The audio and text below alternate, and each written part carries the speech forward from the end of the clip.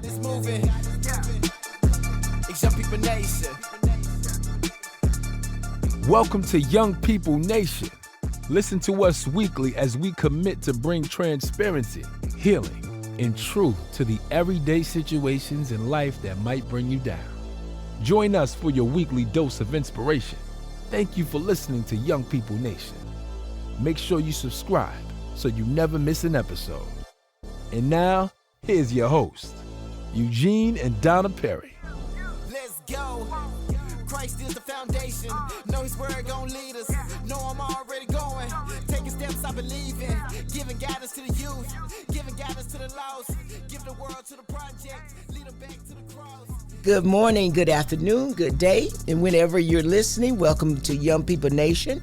And we're back with session 2 with Khalil and Kiara Brooks. Hey. Hi, young folks. Hey. Newly married, but a lot of wisdom. They're very gifted. Kiara, known as Kiara Iman, is an actress and a singer. And Khalil, you love helping in the community Always. and building your brand. Yes, ma'am. And what I love about these two, they are so intentional about building one another and building in the community, correct? Yes, ma'am. Yeah. All right, so let's Sounds get good. it. We're going to be talking about dealing with rejection and disappointment. I believe we all have experienced that in life. Yes. What does rejection look like for you? Let's talk about it. I say rejection for me looks like when people keep telling you no, even though you know you can do it yourself, you know you can like achieve this, but nobody's giving you a chance. So they keep telling you, putting you down, saying, nah, we good, we're going to go with somebody else. That to me, it always weighs me down, but I always bounce back because I know there's a better plan out there. It's just not the timing. So Good. that's Yeah. what it looks like for me. I'd say rejection definitely are the no's, but they also are the redirection. You know, I don't always see rejection that way in the moment, but then when I look at it in hindsight, I'm like, oh no, I was just being redirected and actually protected for something more, like he said. So yeah. You know, I found that in life, rejection hurts. It's a little bit of pain there. Your ego hurt, and Most Absolutely. definitely. Most definitely. and it's a place of growth in your life that, hey, maybe I need an improvement in that area. You know, I know I'm perfect, but God. Start repenting now, okay? Have mercy, Father. And you know, sometimes a no is not bad. Yeah. Yeah. A no is not bad. A lot of times we think we are ready for things we're really not. And then some people are not our audience. We're trying to be a part of something, and it's really not for us in the long haul. So all no's are not bad. Yes. You know, when you tell me no, it's not as bad when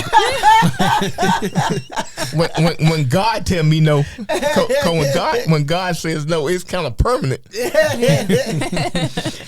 Yeah. Yeah, there ain't no reason, ain't no chance.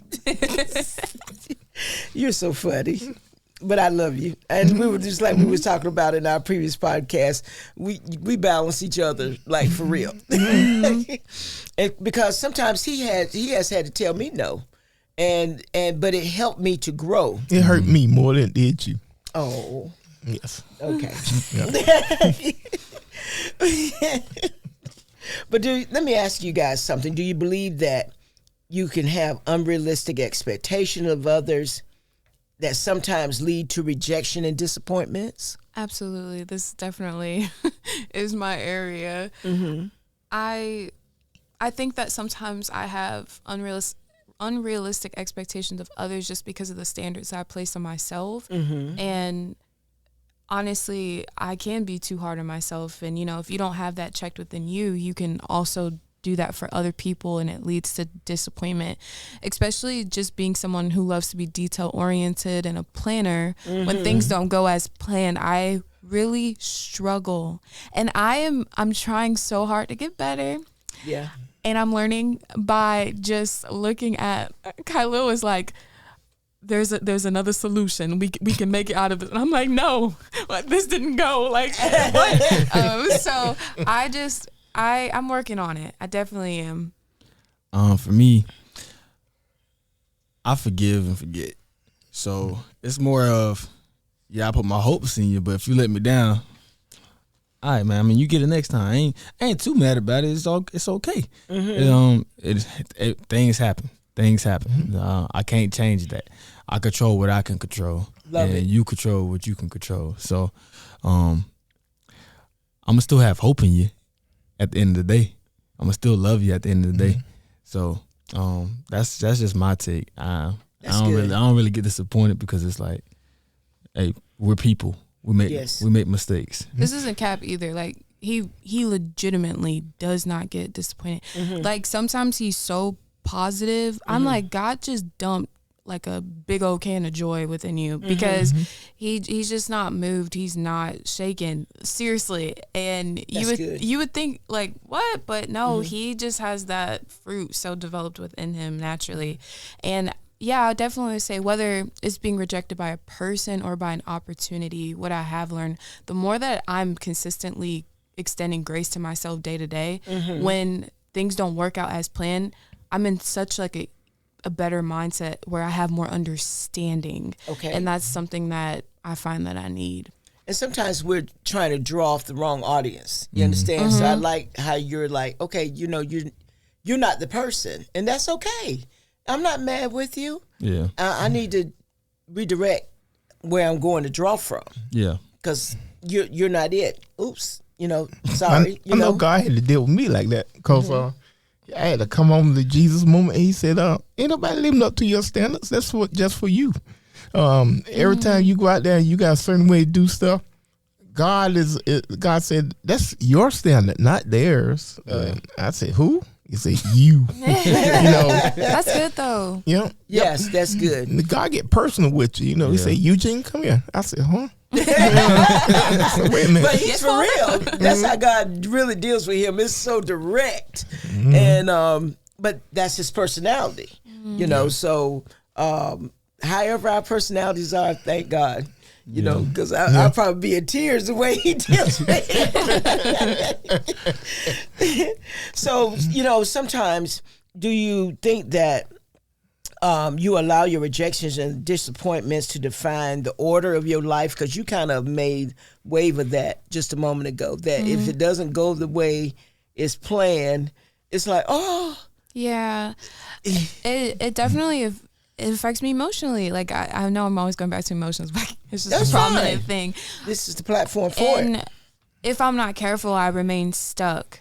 And that's where it becomes just not a healthy thing. Because say, for example, like I'm planning to make this really great trip, but then my flight gets canceled, but it was for an opportunity for a new job. I would sit there and I would reflect and then beat myself up as if I did something wrong. But I'm growing and learning to stop doing that. But I didn't even realize I did it until I saw how somebody else handles disappointment, letdowns, or things not working out differently. Okay. That sounds interesting. I know through life and all rejection, nobody lacks that. But it is a great I can say that now.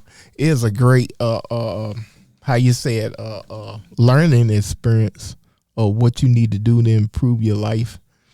Especially in marriage and all, because everybody got their own expectations and everything. Because it ain't like marriage come with a playbook, on this date or you achieve this by this month and all like this. I kind of like put myself like that because that's the way the military taught me. You go a certain level, you got to achieve this by this level.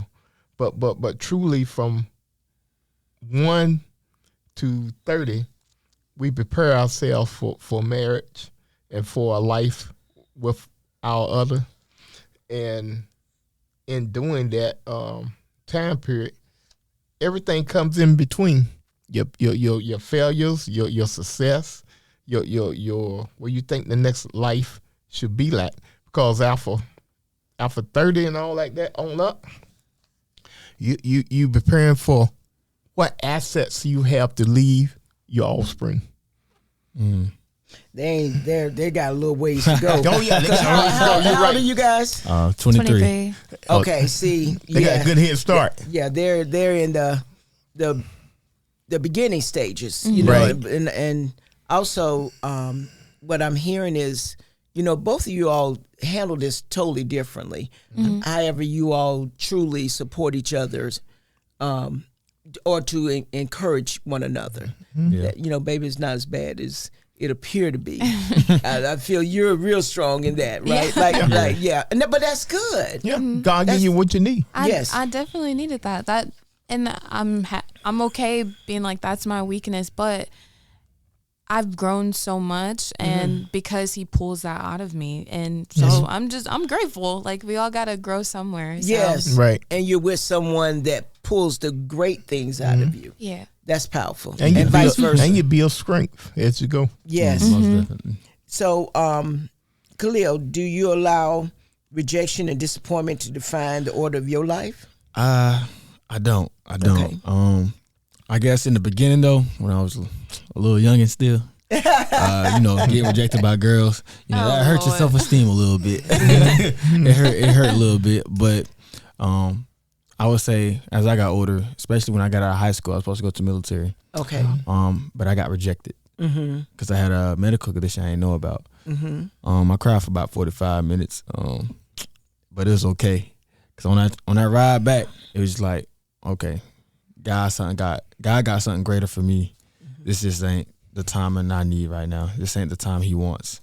And so fast forward, October 21st came of 2022, and I got married. All right. So if I wouldn't have went in the military, I wouldn't have the lifestyle I have now. I wouldn't be here. I wouldn't be the man I am today because I had development that He wanted for me. So He brought me here. And so that rejection led to a better circumstance and an outcome. Love it. Love it. So Well, you know, even in success, because when I went into the military and all, and they took me there to Fort Leonard Wood, Missouri, 123 miles from everywhere, I was like, man, get me out of here. What the heck have I done? You know? And it was just, God got a sense of humor.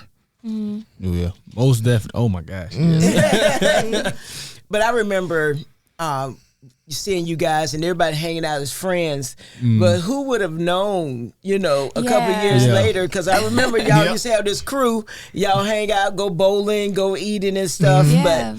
But you two ended up connecting. And what I like about just watching you guys from afar, you all were friends first. Yeah. Right. And then you just evolved into October the 21st, 2022. I love it. I love it. I love it. And so have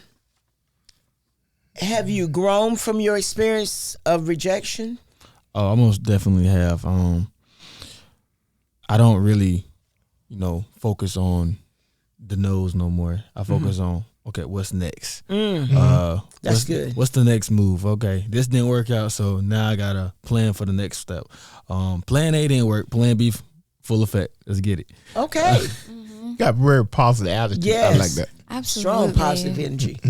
Rejection for me somehow is always connected to a waiting season. And I think because God knows me intimately, He knows what I need to go through in order to handle rejection. And so during that waiting season, which usually means that something probably didn't go as planned, I'm first met with just being frustrated because I'm processing. But then after being frustrated, I realized that, oh, it's because somewhere in my life I'm disconnected for something. And usually the way that I get reconnected is I just have to reconnect my relationship with God again, and everything starts to make more sense. So when things, I don't worry about a plan, and then I don't think about being disappointed. I don't think about being rejected because my mind and my heart is realigned that, oh, it's not about what I'm planning anyway. It's about what's supposed to be done through me. And so I think that has been something that I even been going through right now. The waiting season connected to rejection always brings realignment, refocusing, and just maturity. So, and you're evolving because you're an actress. You were on an assignment recently in Atlanta, and so you're evolving into your next, or you guys, because it's the us, evolving into your next assignment with acting, production, things of that nature. So you probably get no's, yeses, and you're having to deal with that mentally. Am I correct? Yeah, an actor's life is met with a lot of rejection and no, but even part of this waiting season, I've been auditioning, but I get rejected. I'm just not the person for the role. And if I'm not connected to God and centered, I'm going to put all that pressure on myself. I am going to be frustrated. I am going to be sad. But because God has used this time to humble me and to remind me that it's not just about the things I've been putting in my head. Even though I'm auditioning, I'm just falling in love with the process. Because usually I'm disappointed because, like Lil said, I'm more worried about outcomes instead of just trusting the process and leaving the results in God's hands. So that's where I'm growing and maturing, and I'm seeing it. Okay. Are you able to separate that? Because like the characters that you play from real life at home. Am I able to separate? Like being the character in the movie Actress. or actress. Yeah, I think that there's a truth of who you are in every character that you play. And for me, I separated by allowing myself to just express myself through that character. It's more of like a release thing for me. So once I release it, I'm at home and I'm able to go do something Separate else. the two. Yeah. So, okay, so I want to ask you guys this because we're about to wrap it up. What are some of the healthy methods you've used to deal with rejection and disappointment? For me, it's giving my words to God. Giving those, all right, God, this didn't work. Now I need your help. It's more of knowing what you can do, believing in yourself. That knowing, like, okay, I know this ain't happening right now, but it's gonna happen for me soon. Keep believing in yourself. That's the number one thing for me. You just gotta keep believing who you is, what you can do, and just continue to show, improve, work for it.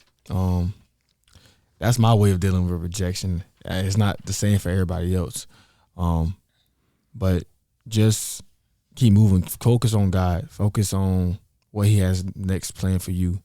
Because only He could tell. It's only Him. He has the plan for your life. In all honesty, you try to plan, but He's like, nah, son, nah. I didn't have that plan for you. I had this plan for you, so you're gonna do this instead. Be like, okay, God, and you should And jump still to choice driven too. Yeah. But his Man, you got purpose me taking definitely- notes. Oh, his purpose definitely prevails. I would say on the more like practical side, definitely I just do stuff like journaling. I write out everything that I had in mind. I just write the process out, and then after that, I just look for different ways to make actionable steps. And so one thing when I got stuck with some things where I kept getting rejected in acting, I was like, oh man, like I'm not getting it, da-da-da. But then I was like, you know what? Let me write my dream. That's me, the big picture. But then let me keep zooming in. And I asked myself, what are 5 actionable steps I can take this week? What are 5 actionable steps I can take this month? Because to get to the things that we have in mind, there is a process and there are steps. So I'll just sit with myself like, what can I do today that, like Lo said, it didn't work out. So what can I change? And then I also practically just take time using my energy for something else. Yes. So that really helps me. Working out, going to spend time with a friend, watch a different TV show. Listen, go into another world. Let your mind get off of those things and you can just handle stuff a little bit better. Nice. This has been an amazing session. Once again, but we always enjoy being with you guys. You guys are so cool to hang out with. Thank you. Well, We always give out our hotline because we never know who's listening. We never know who's dealing with a mental situation out here. So you got the 988 hotline. You got the text home to 741-741. And you also have the 211 number. Okay, so Mr. Perry. I know with myself, it was hard for me to separate my job from my family. My wife had to tell me, hey, you're not Sergeant Perry at home. you are the husband and the father, and we don't need Sergeant Perry. And I had to decide in my life where I'm existing or just living a life with my wife, and this is the Young People Nation, and remember, there's always hope. Let's go. Christ is the foundation. Know His word gon' lead us. Know I'm already going. Taking steps I believe in. Giving guidance to the youth. Giving guidance to the lost. Give the world to the project. Lead them back to the cross. He the number one prospect. He the top boss. I was broke, I was empty. He the one that paid the cost. Really thought that I was cool. There was nothing like the Savior. Now it's time for the truth. The whole world been waiting. It's Young People Nation. It's Young People Nation. It's Young People Nation. It's Young People Nation. It's Young People Nation. It's Young People Nation. It's Young People Nation. The whole world been waiting. Whatever you going through, I know what He gonna do. Don't matter the circumstance, we going back to the root. Keep going, keep going. Let that seed keep growing. You need peace and we know it. Now it's time to live holy. Young People Nation. You know what time it is. Young People Nation. Get ready, the time is here. Get ready, we vibing here. We about to let God in here. Young People Nation. It's Young People Nation. Yeah, do it for the heavens, you know where we going. Influenced by His love, you know we gotta show it. It's time to put the youth onto what God is doing. Cause I can tell you now, right now, that God is moving. It's Young People Nation.